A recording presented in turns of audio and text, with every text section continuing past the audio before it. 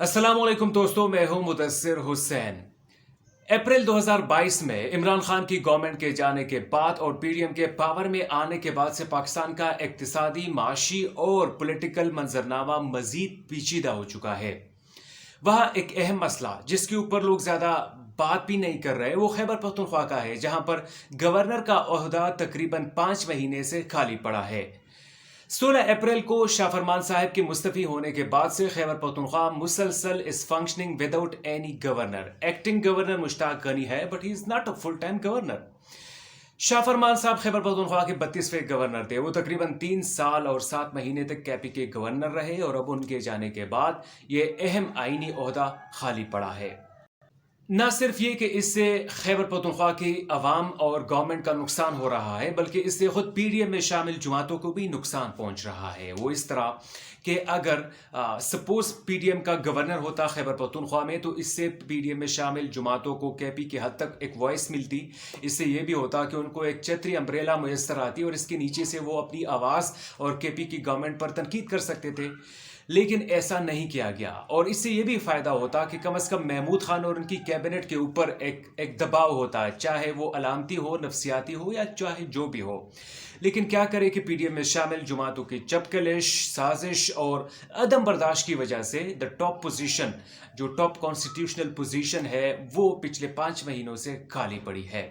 कहा यह जाता है कि पीडीएम में शामिल अवामी नेशनल पार्टी, नून लीग और पीपल्स पार्टी की ख्वाहिश थी कि यह सीट यानी गवर्नर का ओहदा एएनपी को मिले, लेकिन इस मामले में मौलाना फजलुर रहमान सबसे बड़ी रुकावट बन चुके हैं। मौलाना साहब की ख्वाहिश है कि केपी की गवर्नरशिप उनको मिले और फिर आगे वो अपनी फैमिली के किसी बंदे को, अपने भाई को या अपने किसी और रिश्तेदार को इस अहम ओहदे पर तैनात करके केपी का गवर्नर बना दे।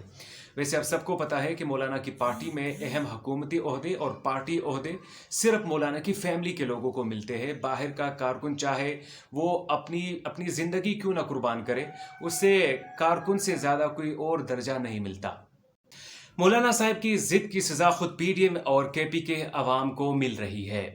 आईन पाकिस्तान के आर्टिकल 101 के मुताबिक हर सूबे का एक अलग गवर्नर होगा जो वहाँ की सरकार के साथ कंपेटेबिलिटी के साथ निज़ाम चलाएगा।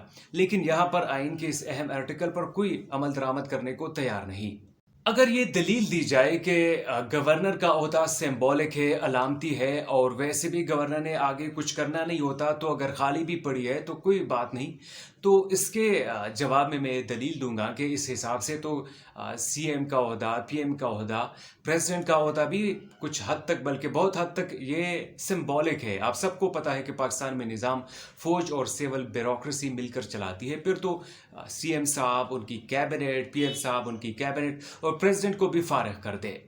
मैं आपको ये भी बताता चलूं कि गवर्नर किसी भी सूबे में तमाम यूनिवर्सिटीज़ का चांसलर होता है। जितनी भी अहम ट्रांसफ़र्स और पोस्टिंग्स होती है उसमें गवर्नर का, उसकी मर्ज़ी और मंशा शामिल होती है। इसके अलावा गवर्नर सूबे में वफाक का नुमाइंदा होता है, गवर्नर विजिट्स करता है, गवर्नर सूबे के निज़ाम और उसका जो नज़्म व नस्क है उसे चलाने में सूबाई सरकार की मावनत करता है। लेकिन मौलाना फजलुर रहमान की हम वी कैन से कि उनकी ज़ाती ख्वाहिश और पीडीएम की इनएफिशिएंसी की वजह से ताहाल Khyber Pakhtunkhwa full time governor से महरूम है। इस बारे में अपनी आरा दीजिएगा। इस व्लॉग को आपने कैसा पाया, मुझे इजाज़त चाहिए।